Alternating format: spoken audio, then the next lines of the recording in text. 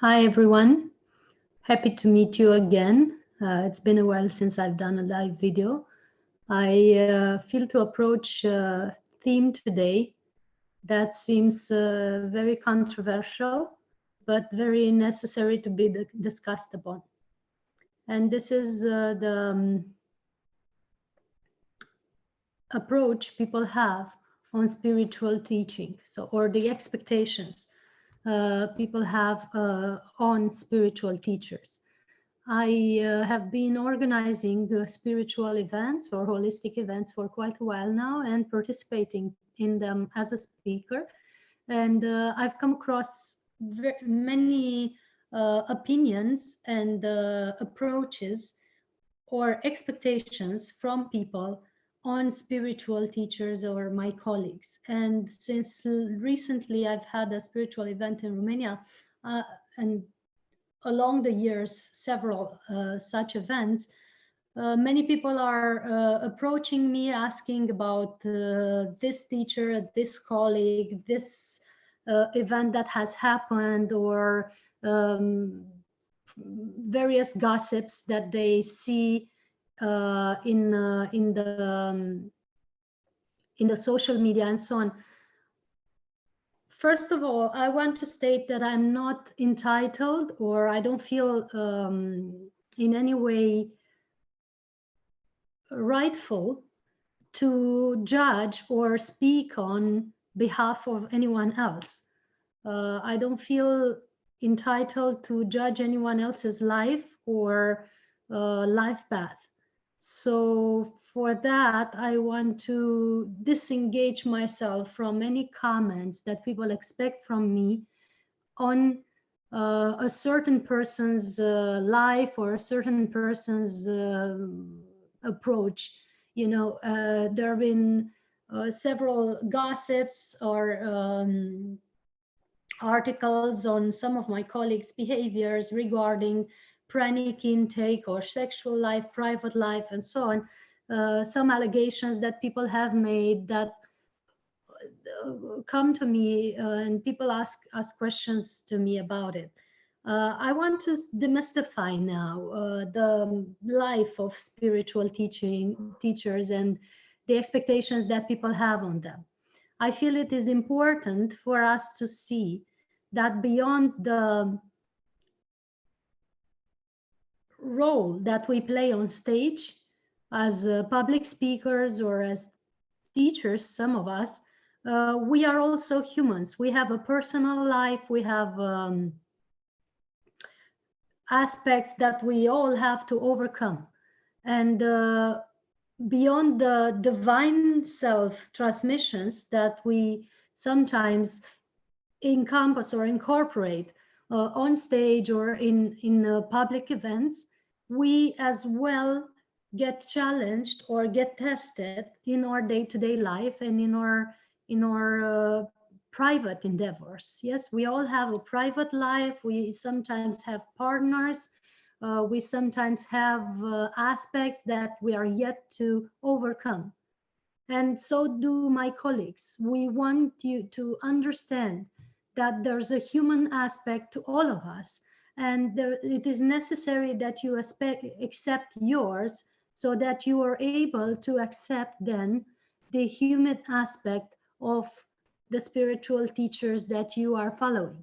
It's very important that you see beyond the veil of illusion, of the illusion that you are creating, or on the mystical veil that you are putting on the person that you are admiring, to then be disappointed if he or her has a certain behavior that does not align with your personal concepts. So go beyond any expectations when you approach a spiritual master, or when you are in the company of a spiritual master or a spiritual teacher. They might not meet your expectation whatsoever. They might even challenge your expectations in many ways, shapes or forms. And this is your own time to decide if and when to continue to follow such a person. You cannot expect another to give you an opinion about a certain person's life or behavior.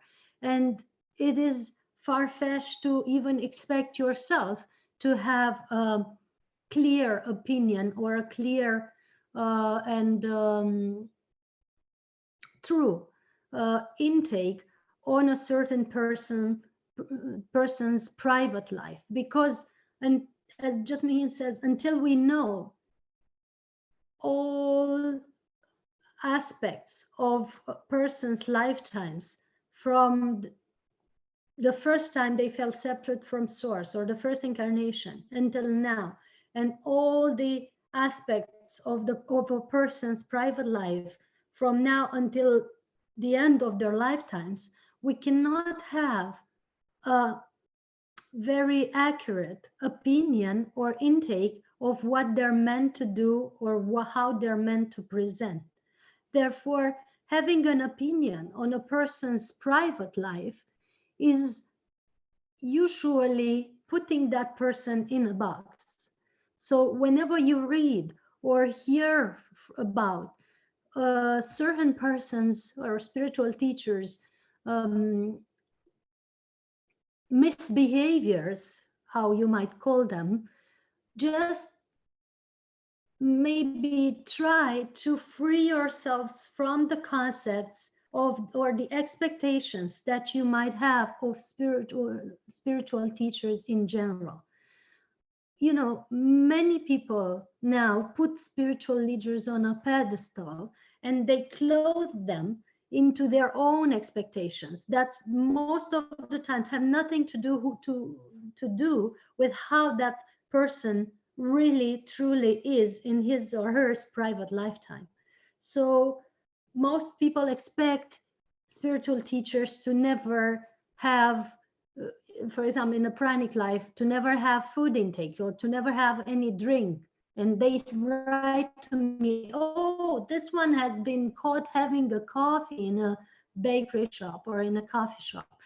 And I'm like, well, he might have a certain pranic intake and he might take some liquid intake from time to time. I see no problem with that. That Jasmine does it, Victor Truviano does it, I do it all the time, Pascal Kelly does it. So this is a natural thing. You do not expect these people to never put something in their mouth because that's too far-fetched.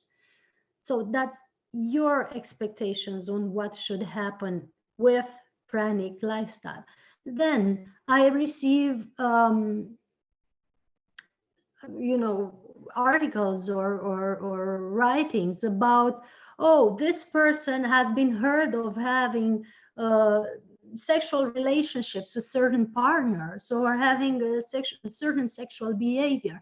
And I'm saying, yes, people in the pranic world or in the spiritual world, they are having a sexual life, and that is normal. Some of them have multiple partners, and to some that is normal, to some that is too far-fetched. I'm not one to judge that, but just get used to the idea that having a sexual life does not exclude being a spiritual person, or does not exclude being a breatharian, or does not exclude being a pranic person. You know, they sometimes go very well together, especially if you practice Tantra.